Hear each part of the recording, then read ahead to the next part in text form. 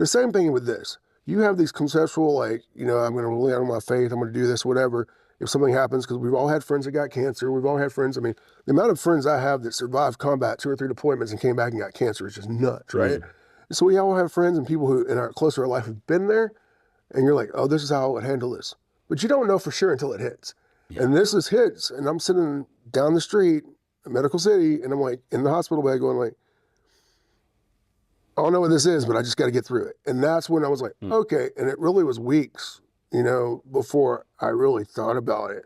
I think the instinct, and I think part of that is just, I think for me it's the faith-based life, but also part of it is, I think, all, the years I spent in the military, because you're conditioned to just like go next. And then you think about the emotional part of it later. Unfinished business, stand up tall. Alpha Cadence, we answer the call. Hey, what's up, guys? Welcome to the Unfinished Business, a podcast for veterans pursuing new life missions. There comes a point when the mission changes. No announcement, no new orders, just a shift, and suddenly everything familiar disappears. For Eric Hall, that shift didn't happen downrange. It happened in a hospital bed in 2024. Before that year, he was a man of movement, a U.S. Army infantryman, a cavalry scout who knew how to read terrain under pressure, a civic leader who helped others find direction long after they took off the uniform. Then Guillain-Barré Syndrome shut everything down. His body lost all autonomy, movement gone, rhythm gone, no map, no forward observer, just stillness, and a question no one could answer. What now? Today, on Unfinished Business, we sit with Eric as he shares what that silence taught him about faith, leadership, and identity, and what remains when everything else goes quiet. This isn't about recovery. It's about what a veteran mission becomes when the body no longer leads, but the will has to. This is the kind of unfinished business that many of us don't talk about, but it's real and it's sacred.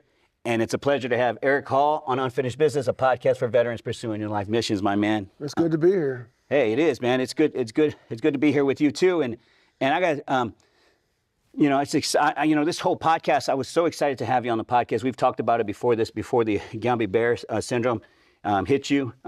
We were talking about trying to make plans and somehow get this going. And then all of a sudden this situation occurred. I think we want to start off by asking you what everybody wants to know. How are you, my brother? I'm doing good. I'm really doing good. It's been an interesting experience and a long road, but spirits are up. I'm looking forward to the future, and I'm back to making plans like it was before, And honestly, I think it's just it changes things the way you look at it. So we were making plans before. We still make plans. It just shifts. The conversation shifts to what's relevant at that time. And I'm really just happy to be here, happy to be back at it. Life moves on. Newly engaged, we're not stopping. We're going to keep going. That's awesome. Congratulations on your engagement, man. Like that type of mindset is just, it's unbelievable. We could spend time just, wallowing in our suffering, right? But you're not. And was there a time where you were actually struggling with that? Honestly, in the beginning, I didn't have time. I was just trying to figure out what was going on. Just a short synopsis of what happened was I had an upper respiratory infection. I hadn't felt great for a couple of months, but literally, we even showed a pastor this from April of last year. We were at, Easter Sunday service, and I looked completely normal. And then when we were having this conversation with the pastor, I was sitting there in a wheelchair. And he's like, man, it happened fast. Out of town, went fly fishing with some friends, went to Vegas, and then came back, and I just didn't feel that great. And then I had an upper respiratory infection, went to the hospital, came out of the hospital, can breathe, feeling better, still some headaches. And 2 days later, I went to go stand up, and I couldn't stand up. And so it just hit. So I never really had a chance. I got there, and I was like, I don't know what's going on. And as we kept going forward, the doctors are coming up with things like, I don't know this, because they didn't know, which does not make you feel comfortable when the guys with letters behind their names don't know what's going on either. Yeah. The first doctor actually got it right, which was funny because he was a neurologist. And then all the neurologists were like, no, that can't be it. And they ended up agreeing with the first doctor who called it from the beginning. But I didn't have a chance to really kind of sort that out. And then it was the next part was like, what happens in And you're always just like, what happens if you don't recover? What happens if this next step happens? And I was just like, well, that's not an option. Like, not walking is not an option. Not recovering is not an option. We just got to figure out what this is and figure out how to move forward. And so I never really had a chance to get to that point. Maybe a few months later, after a few setbacks, I got to a very just like, I started having moments where I was like, man, what is going on? Why can't I get past this? But I would say just between, the mindset and my faith, I'm a big believer in mindset. As you know, we've talked about this. And then my faith just like, I just go to the Word and I just do that. And then I've got, my fiance, Christy, with me, and we're just kind of going straight to like, we just got to get past this next step. So I never had time to really wallow in it. I had down moments. I'm not a machine. Yeah. But I never got to that point where I was truly just so depressed that I could not move forward. It was always just like, what's next and how do I get out of this? The only thing I'm thankful I've got my faith, read some good books that address those things, and just kept finding a way out. And then eventually we got through those setbacks, and, as you saw today, it's not as easy, but, I can get out of my chair, I can walk around, and now we're getting to the point where hopefully in the next few weeks that thing goes away, and I just use my walker. And and I'm forward thinking. I ordered a cane 2 months ago because I want to be like, that's the plan. Yeah. And we're trying to plan a wedding, and I plan on standing up. And so that's just it. You have to, I feel like you have to look forward, right? You have to. And that's the only way you get through something, because there's no way out. It's just through. Right? Yeah. Yeah. I have some questions to ask you. I think these are like, people, they're soul searching questions. You've had some time to look at the questions, see what where your heart was with some of these questions, and see how Eric Hall thinks in these particular moments. When leadership wasn't possible and your body forced stillness, what part of your faith rose to meet that silence? I would say the part that I look at, I know God has a plan, right? And I always go back to Jeremiah 29:11, and a lot of people quote that verse, right? He says, I know the plans I have for you, plans to prosper you, not to harm you, give you hope in the future. But you got to look at the total context of that verse, right? That was when Israel was in exile. They'd just been taken into exile for 40 years. And God's like, yeah, this is terrible, but I got a plan. This isn't going to be fun, though, right? You're going to go through this because this is punishment for things that you've been doing. And a lot of times what we go through is not punishment for anything. It's just life, right? We're in a broken and fallen world. But he's like, I got you. I have plans for you, plans to prosper you. I'm going to be with you. And so that for me was like allowed me to keep going forward. And also I felt like I kept seeing and showing like, I was fortunate. I feel like I didn't deal with PTS the same way a lot of people did when they came back. And I think a lot of it was just my core group. I had a group of men.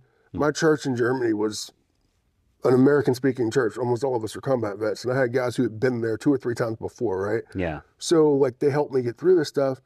And as I came back here, going to UCD, I was with a bunch of vets before I graduated, and I didn't get into grad school. Once I got into grad school, I realized, like, oh man, I'm out of the military. Like, this when I felt it. And then I transitioned into veteran advocacy and leadership, and that's how I always dealt with things. And so that was the big point for me, was like, Lord, what's your plan? Because this thing that I use to deal with my stress, I can't do now. Yeah. I can't do it from a house that I can't get out of. I can't do it from a wheelchair. What's next? How do I do this, and what's going on?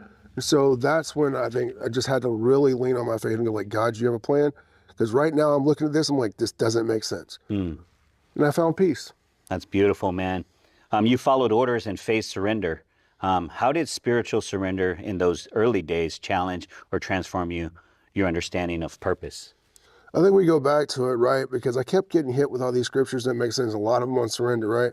And I was watching Dr. David Jeremiah, who's one of my favorites. I was watching him, and he had this whole message on submitting to God's will, right?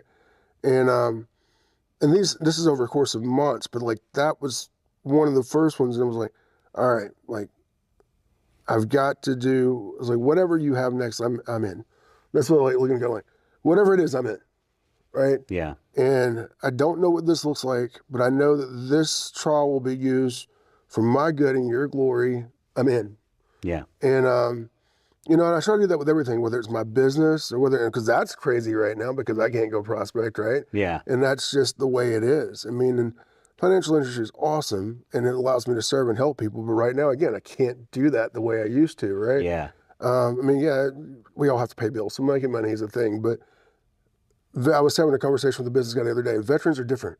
you can't just put us in a widget factory. We need purpose. Hmm. So, doing what I do and helping people plan for their future gives me purpose, right? Again, something I can't do right now. So it's like, God, you got that, you got this. Whatever it is and what's next, I'm in. And I pray, like, preferably not in this wheelchair. Like, I want to recover. I always pray for recovery. But for me, that was just I know you got it. I'm going to surrender to your will. Dr. Jeremiah has a thing he always says that God's man in the center of God's will is immortal until God is finished with him. Yeah. And so I'm like, I'm just here. And like I said, this wasn't overnight. This was over months, and this was over ups and downs and days writing in my journal. Like, the first thing to ask you is like, how did you feel today? I'm like, not great. But, and then there's days I wake up, I'm like, man, I feel amazing. And then the day just turns like so nuts, right? Especially because so much time by myself. I mean, Yeah. my fiance is a nurse. So she works 12-hour shifts. So a lot of times I'm in there, it's me and adults. And I'm like, in my brain. And I'm like, okay, how do I feel? But then I just go back to God's word and you're like, what's next? You got it. And that's how it helps me get through and follow his orders instead of the orders that I, like you said before, it was what also makes us good is we're used to having process. You have a clear chain of command. It doesn't always make sense. You're not always happy with it, but you know what the thing is, right? You know, like, this is the objective, this is the plan, and you know what plan B is going to be if plan A doesn't work. Yeah. And in life, it's not always that way. It's rarely that way. Plan A doesn't go right. You've got to be like, okay, what's plan B? And you got to figure it out on your own. You don't have senior leaders ahead of you telling you, go do this now.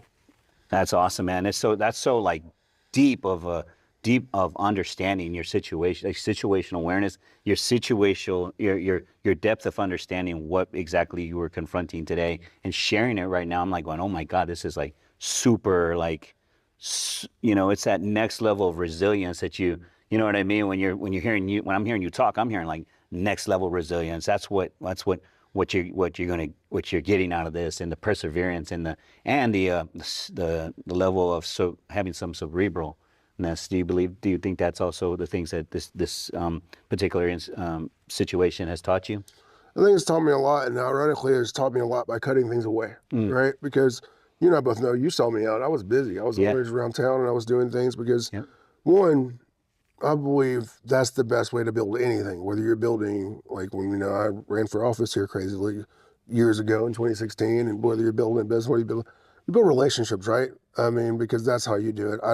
Obviously there's marketing and things that work, but for me, everything I've ever done, every business, running for office, building nonprofit organizations, I've always gotten the support I needed and the volunteers I needed and the help I needed and the clients I needed through personal interaction. So I was always around doing things, and it was like that got taken away. And some of that stuff I'd already started stepping away from because I wanted to focus more on the things that are really matter. I wanted to focus on my relationships. I wanted to focus on building my business. I wanted to focus on my faith.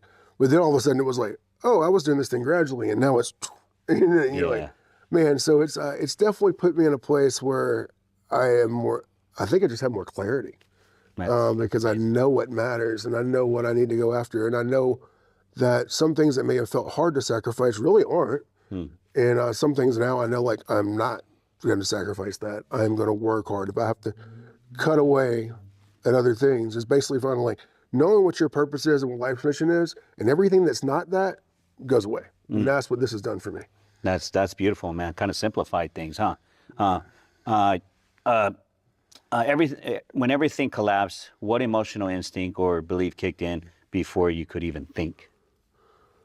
I think the drive to get through it did, which is honestly, I compare it, and this is not probably a fair comparison, but it kind of works for me. Everything's conceptual until it's not. And, like the deployment, right? Like everything, I went to Benning and I did all the things I needed to do there in OSA, and then got to my unit. I went through some other stuff too, because I went in on an 18 X-ray contract and didn't quite make that route, never made it the SF route, but I got to do some training and I got to my unit, which I was fortunate. My first unit, we used to call ourselves the rejects. Almost all of us were either 18 X-ray fellouts, SF fellouts, or RIP fellouts, right? So it was guys who wanted to be there. Yeah. And had drive for goals that are bigger and none of us had quit, right? We just didn't make it.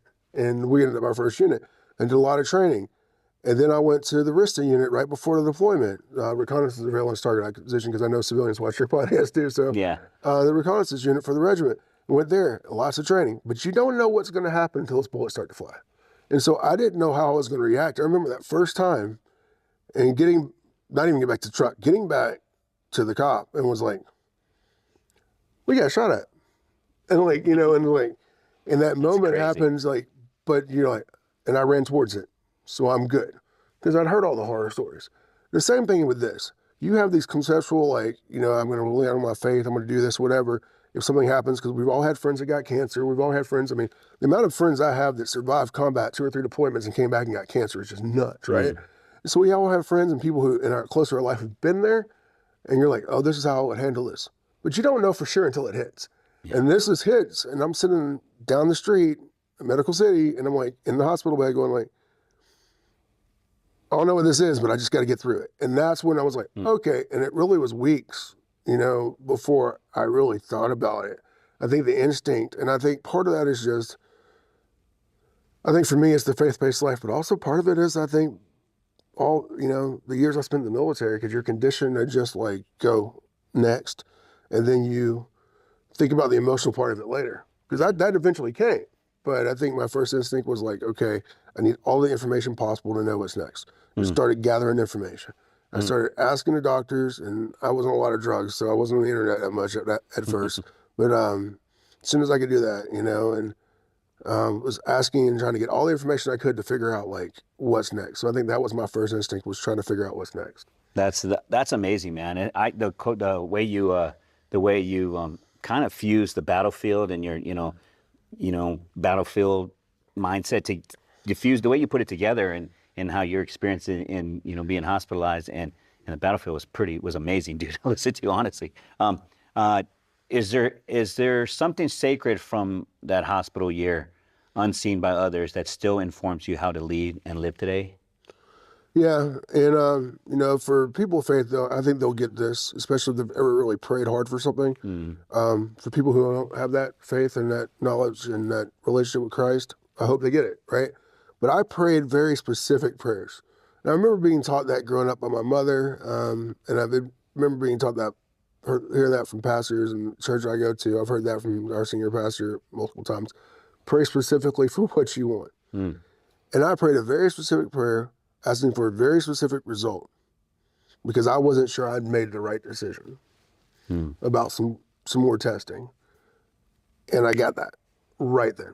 Wow. Literally like in the next 12 hours. Wow. And I was like, okay. And there's 2 things happened at that moment. You're like, all right, God, you're listening. Cool. Like, you just showed up. And then the second is like, well, I said I was going to trust you, so you just showed up, and I just got to go with what you got, right? Yeah. And it was, I think that was just like a huge thing for me, and I rely on it because, again, so the crazy thing about this disease is like it's rare. It's extremely rare. I forgot what the numbers were, but Guillain-Barré affects like 1% of people or whatever. And I got it in one of the most rarest way possible. And then you hear these stories about people who've recovered in 3 months, people who've recovered in 6 months. And I was like, man, where am I at? And then I found the foundation. I started digging deep. And I'm like, 6 months to 2 years. I'm like, oh my goodness, this is crazy. Even as recently as a guy that I know from Lodge is like telling me about somebody who got it in April and they're already back to it. And I'm like, man, Lord, what's going on? Like, why is this taking me longer? And I just started to have to go like, just trust the process and keep working. You can only control the things you control. You can control your attitude, you can control your effort. Everything else is out of your control. And I try to remember that and just keep going. When you think about rebuilding, not recovering, what changed first? Your sense of mission, your sense of self, or your sense of trust? I think you kind of answered it a few minutes. Trust 100%. Yeah. Mission and self kind of go together. When it comes to, it's kind of crazy. I will step out on a limb and be the only person in the room with my opinion when it comes to veteran advocacy and when it comes to politics. I got no problem doing that. When it comes to business, even though I know that a lot of times when I'm interacting with people who may be more successful than me in reality, I know what I'm doing. I know what I'm talking about. Yeah. I've studied, I've worked, I know what I'm doing. But I oftentimes don't push hard because, you know, like everybody else have that fear of rejection. You have to get past it, right? I think for me, this is made me go like, well, one, trust God and then trust the process. And then when I'm going forward, going like, what I'm doing, if I know that the mission I'm doing is that important, I've got to take me out of it and not be scared of rejection and not be scared of what people might think and go like, all right, so what are my things? I want to go out and advocate for veterans. I want to build a successful financial practice so I can help as many people as possible. And I want to make sure that everybody in my sphere of influence knows that I'm a person, if they have questions about anything, especially spiritually or help or anything, because we've lost way too many people who don't reach out for help. Yeah. I'm there. I'm like, so if those are the things, I've got to take my nerves out of it. I've got to take any pride that I have out of it and worried about like, you know, what are people going to think? I've got to take that out of it. And because in the end of the day, it doesn't matter because it really doesn't. Like in our head, it does, but it doesn't matter because I've experienced over this last year, there are bigger problems than the ones that are in my head. It's like, because you're like, oh, I'm worried about what people think and worried about this until the day you go to stand up and you can't. And it's like, oh, well, this makes everything else look a lot smaller. And so and then the same thing is like, I've watched people not get the places because they can't find the help, and I just want to be that help for them. Especially now that I've had this experience, I know what it looks like. It's not conceptual anymore. Like, you know, somebody says, oh, I don't need to plan for this because I'm never going to get sick or that's never going to happen to me. I don't need to have this safeguard put back. I'll be like, hey, I was 46 years old and I thought I was doing great. And I woke up one day and all of a sudden I couldn't work the way I used to work for over a year, you know? And so like, it's not conceptual for me anymore. And I want to help impart that knowledge to other people. The same thing when it comes to spiritual, like, oh, I don't need to have this network. I don't need to have a church group. I don't need to have these friends. I'm like, oh, I promise you do. Because when it hits the fan and you have to rely on somebody, you're going to be very happy that you have those people in your life that will pray with you, that will talk with you, and that will do the things with you need so that you don't go off the deep end. So now I know how to communicate that because I've lived it. Yeah, that's the Eric Hall everyone knows is that you're ready to help somebody in this, you know, after going through this. You know, this podcast was built for veterans still carrying a mission others can't see. What's yours now, and how has, I can't say the name. What's the syndrome again? Guillain-Barré. Guillain-Barré sharpened or changed the way you carry it? I think I've touched on it a little bit. I think it's basically.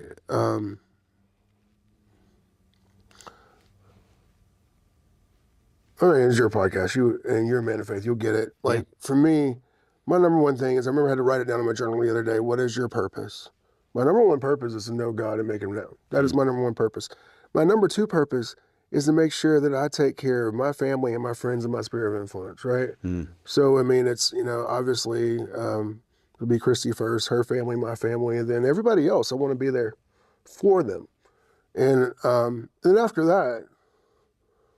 I just want to enjoy life, go sit somewhere and fish and do my thing. But my purpose is to do that. And I like everything to line up, fly fishing. I love it, right? I have one trip a year that I took before this with my buddies. And one of my best friends, another guy with the same Christian worldview that I bounce things off of. He's one of the guys that goes on that trip. But the other times I go fishing, I go with vets. Right? Yeah. I want to take those things and be like, what I do will make sense and go in line with the total mission, right? So I remember one of the first trips I went with the vet, this guy was going to leave.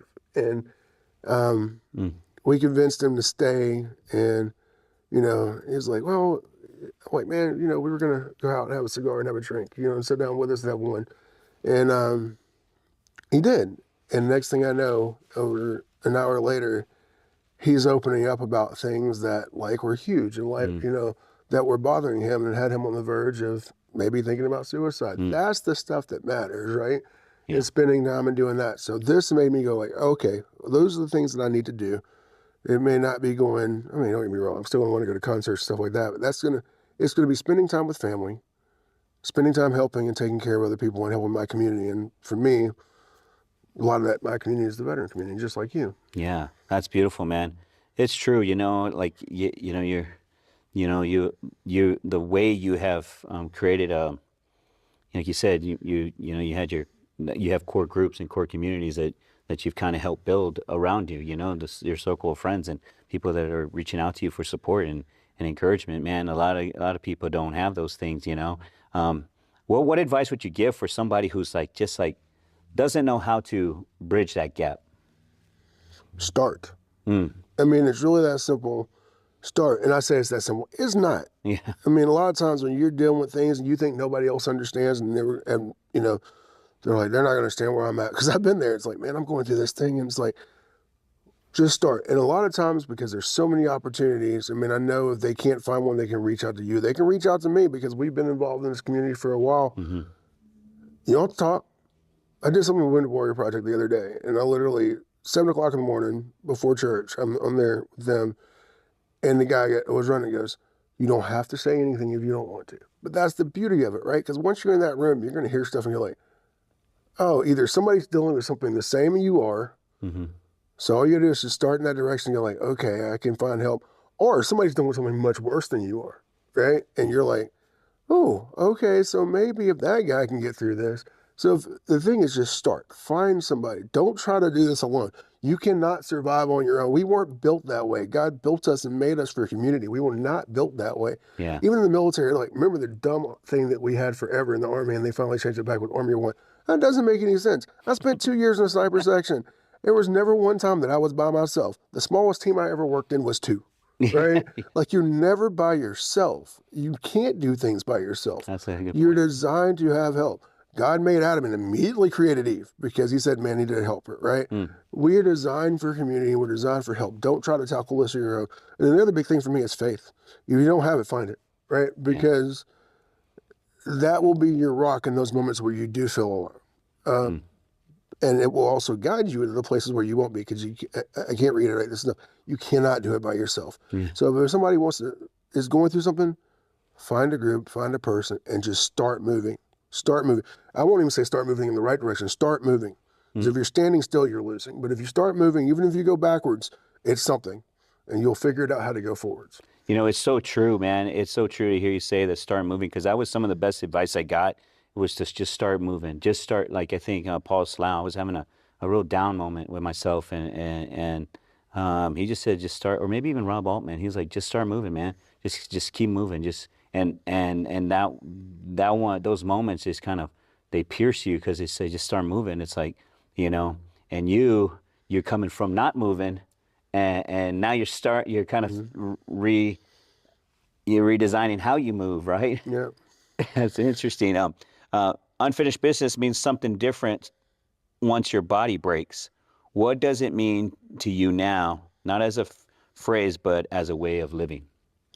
I would say that it's proven to me that basically I can still do anything, right? And we've seen this probably more than most people do in our community, right? Is guys that, you know, that do the impossible with no legs, or do the, you know, I got involved doing jiu-jitsu before all this happened, and I plan on going back. Awesome. And I remember I was talking to my physical therapist. I was like, well, you know, I feel like at the point that I can get down on the ground and get off the ground by myself, I'll go back, right? And he's like, how do you, you're going to be comfortable? I was like, well, the guy that helped found this organization does it with one arm and no legs. So, like, if he doesn't have an excuse, I don't have an excuse, right? Yeah. And it's just that, you know, I've learned through this, like, you just got to go. You know, I spent a month or so in the hospital. Then I went to a rehab nursing facility, was there for over a month. And it just got to a point where I was like, I just got to go, right? And our first day out of that place, like, we went to a friend's wedding celebration, and we went. And then we just started figuring it out, right? Like, just figuring it out. So it wasn't just stuck in one place, stuck in the house, or stuck just wallowing in my own self-pity or whatever. It's just been like, so I think that this has taught me with unfinished business, like, if there's a mission out there, just figure it out, right? That whole, like we always said, adapt and overcome, right? Yeah. You figure it out. There's no reason not to do. If God has put a mission on your heart, there's no reason not to do it. He will give you the resources. You just got to start moving. I mean, just like we talked about this podcast, it was like, Yeah. you know, I was going through some ups and downs, and then you sent me dates, and I just had to pick a date. And I picked that date and was like, then I will get here. I don't know what's going to be going on at that point, because picking something in 3 weeks to a month out is like, I don't know what life is going to look like. Yeah. But I know I set the date and I will get there. And that's the way I've learned to do this, and I will hopefully continue that as we move forward when things are a little bit easier, right? Yeah. To be like, no, I said it and I'm going to do it because this is what I'm supposed to do, and I will adapt to whatever situation I need to.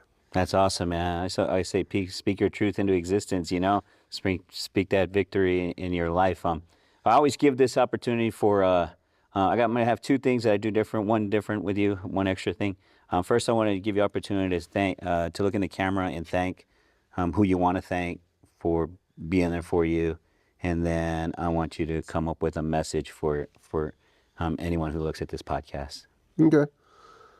First thing I gotta say, I mean, it's funny how God puts people in your life and unexpectedly.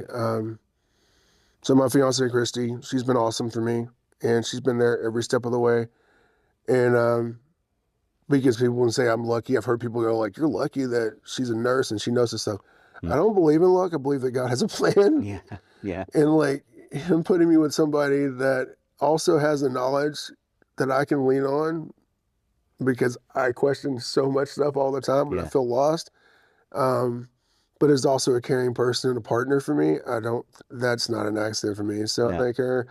My stepdad, my dad, my stepdad lived real little. That dude was in the hospital like every day, driving from Sherman. I'm like, man, it was just a shock, like to see that. I mean, I'd wake up in the hospital bed and he's just sitting there.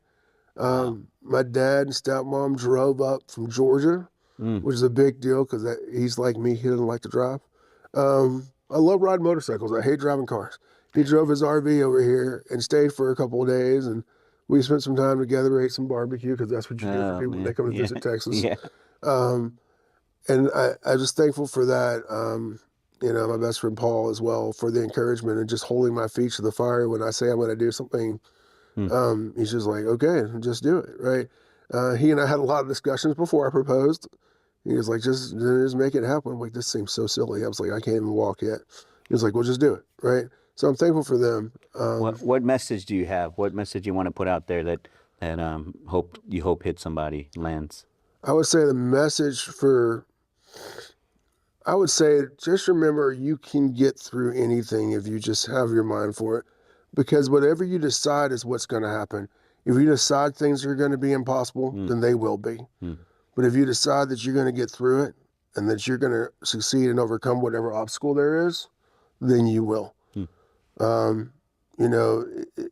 That old quote, and I don't even remember who said it, if you think you can, or if you think you can't, you're right. And I believe that 100%. And so I'd say, just when in doubt, choose hope, choose joy, and believe that you can get through whatever is in front of you. Eric, you're a living testimony to having that resilience, that hope, that joyful hope. Because you can have hope, and it can be angry hope, right? It can be resentful hope. It can be bitter hope. But I think that's why it was so important to have you on the podcast, man. I want to thank you so much for your time to be here and take time out of your day. I know you had to navigate through some physical obstacles and get the schedule down for it. I want to appreciate you, man. I appreciate you sharing your testimony and what you've been going through, man, in this process. Thanks for having me. This has been awesome. Awesome, brother.